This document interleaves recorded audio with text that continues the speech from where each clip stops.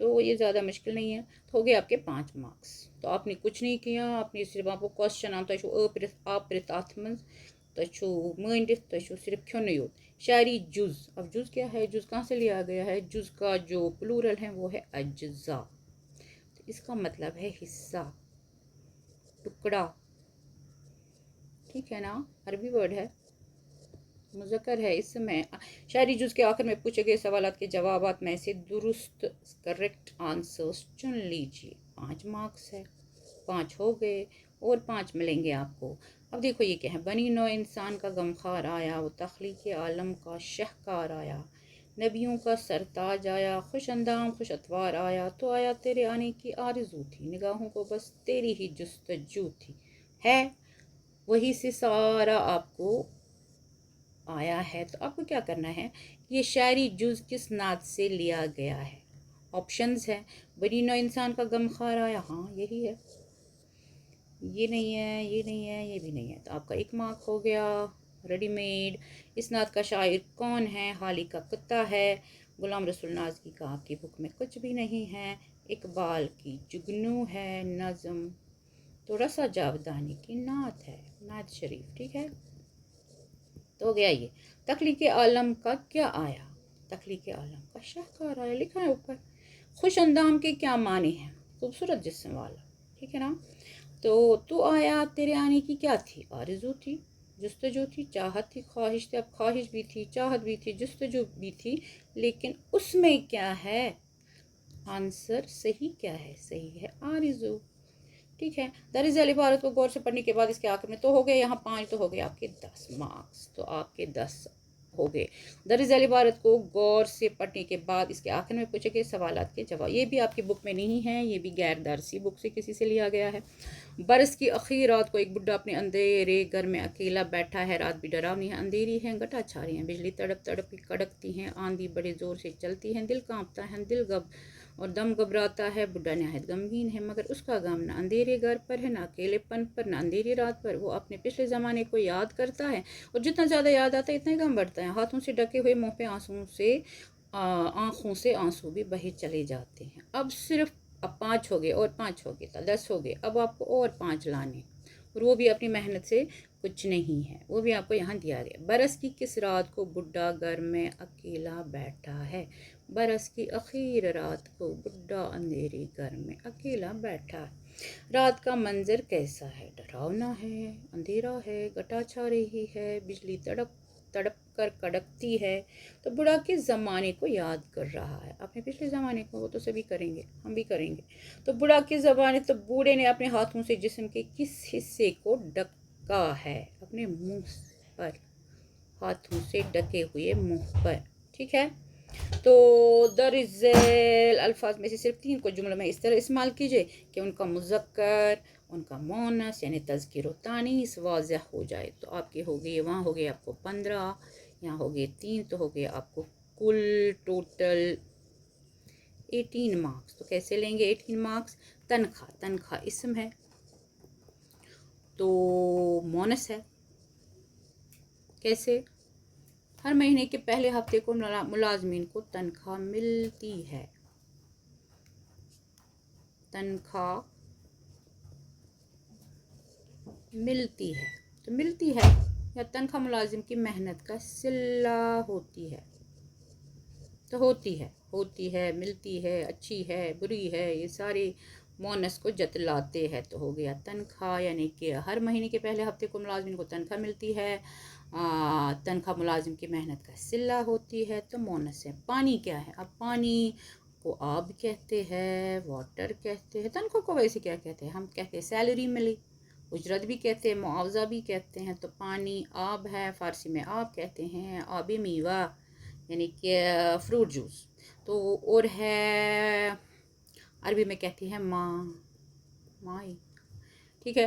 تو پانی بے حد ضروری ہے، لیکن زندگی کو ممکن بناتا ہے.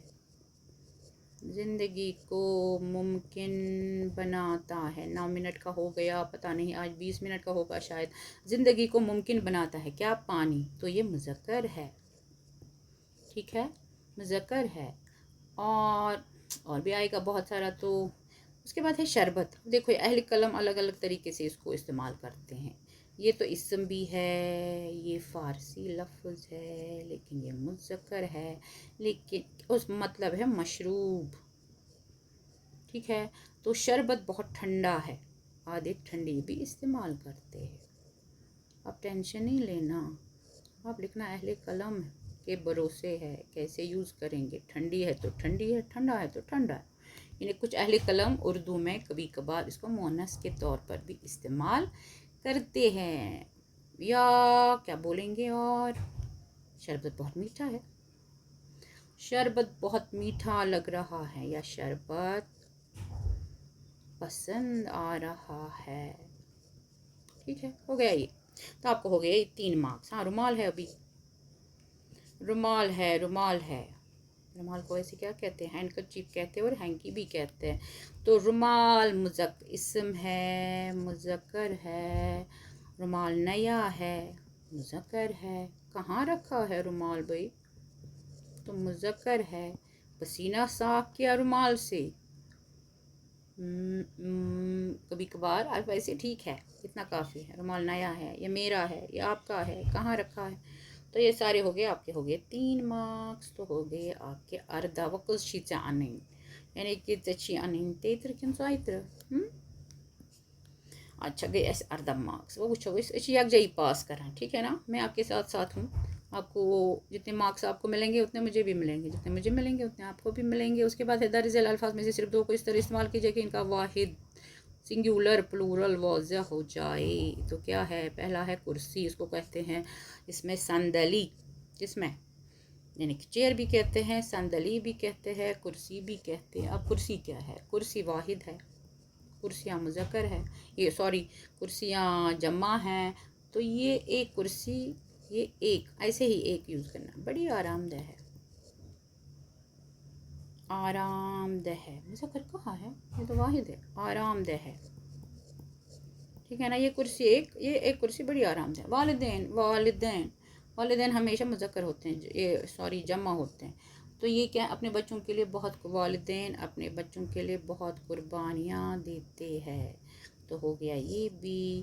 اس کی کتنے 2 مارکس ہیں، آپ کو صرف 2 کرنے ہیں، ہم 4 کریں گے. تصویر کو ہے تصاویر، پلورل یہاں یہ ہے واحد.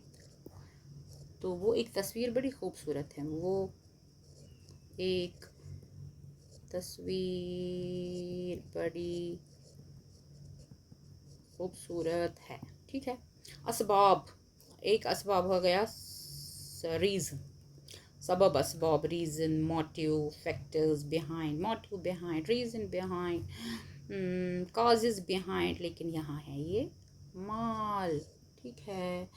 تو ہمارے حج سفر کے سارے اسباب تیار ہیں انشاءاللہ، سارے اسباب تیار ہے. ٹھیک ہے. تو ہو گیا یہ. تو آپ کے ہو گئے یہ سارے مارکس آپ کو مل گئے. تو کتنے ملے اب؟ اردہ. ویسے وہ گئے وشوانی دہائی فی الحال. تو دیے گئے حروف میں سے 2 کی تعریف کیجیے. اب کتنے مارکس ہیں اس کے؟ اس کی 4 ہے. یہ حروف اضافت. اب اضافت کیا ہے؟ حروف آپ کو پتہ ہے 5-10 بار کیا ہے، کا، کے، کی. ٹھیک ہے نا، جو ریلیشن دکھائے، تعلق دکھائے، پوزیشن دکھائے، اونرشپ دکھائے، اونرشپ دکھائے. ٹھیک ہے نا. تو تعریف کیجئے، مع مثال تعریف کرے. وہ الفاظ یا حروف جو 2 اسم یا اسم اور فعل کے درمیان تعلق پیدا کرتے ہیں حروف اضافت کہلاتے ہیں. حروف نفرین. اچھا اب کیا ہے؟ کا، کے، کی، یا میرا، را، رے، ری، میرا، اس، میری، میرے. حروف نفرین وہ الفاظ جو نفرت کے اظہار کے موقع پر بولے جائیں انہیں حروف نفرین کہتے ہیں. جیسے تف، جیسے ہائے، جیسے چھی چھی. ٹھیک ہے نا، ہو گیا حروف نفرین. آپ کو کتنے یہ ہے؟ 4 ہے آپ کو، 2+2. دیٹ مینز یہ چیز، یہ چیز تشی کریں زی، اس کرو ژۄنوَے. حروف تردید. حروف تردید گو، حروف تردید رد سے لیا گیا ہے، یعنی کہ آپ ایک کو رد کرتے ہو، ایک کو چنتے ہو. ٹھیک ہے نا. یعنی کہ حروف تردید وہ لفظ جو ایک بات کو رد کر کے اس کے بجائے دوسری بات لائے.